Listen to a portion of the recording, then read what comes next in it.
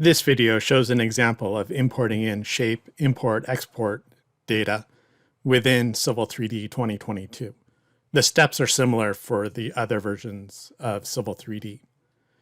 After you install the utility, you'll find the commands in Toolbox under the Shape Import-Export utilities, and you can find the various commands located there.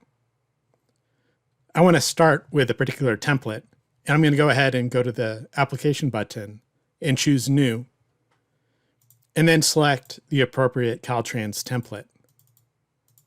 And you'll want to go to wherever you saved the Caltrans files if you're using that data set.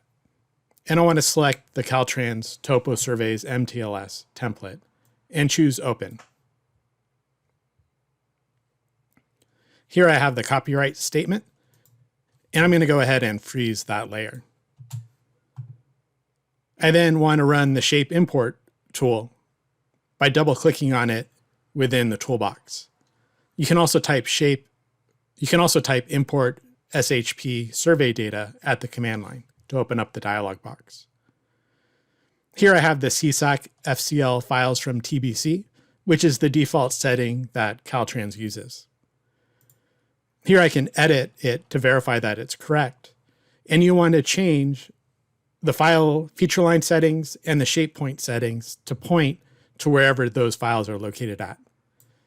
In this case, the 2016 in both lines need to be changed to 2020. You can hit the Edit button if you want to review and view the feature line settings or the Kogo point settings.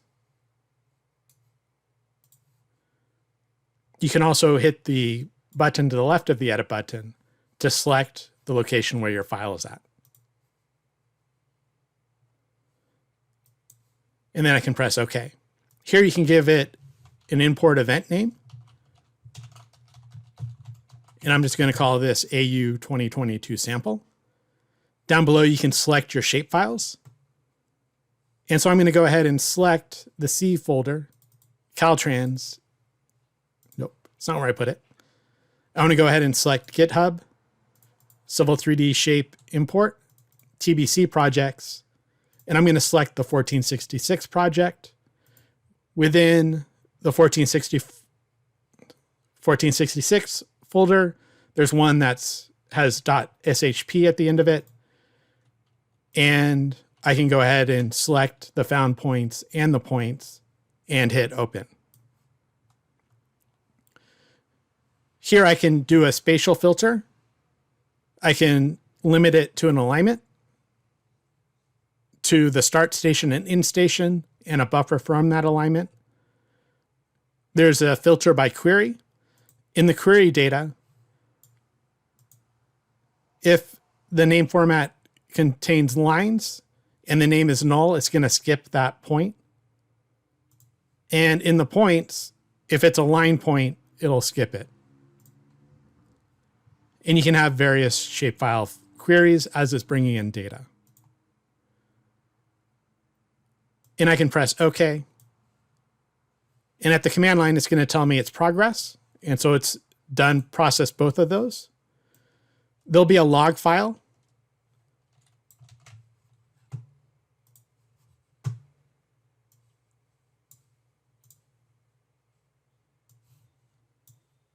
And if you open up the log file, you can see any issues that occurred and what information was used to import that data.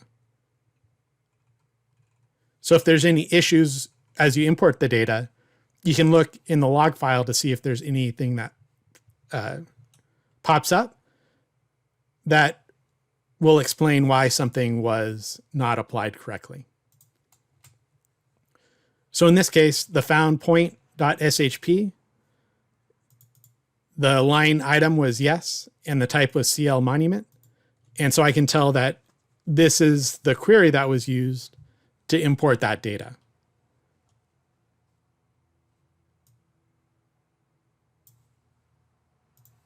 I can do zoom extents and then view the information that was brought in. So here I've got the found point, And then I can look at the extended data for that selected object. I'll notice that there's images here that are included in this data set.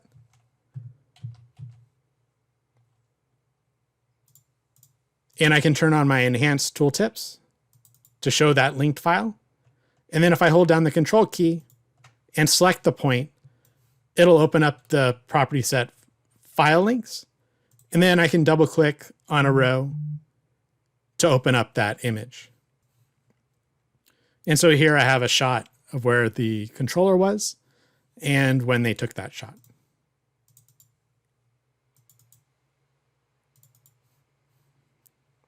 And here's the other image from that location. So they got to work on the beach that day. And then I can press OK to close it. And so this video shows one sample set data of bringing it in within Civil 3D.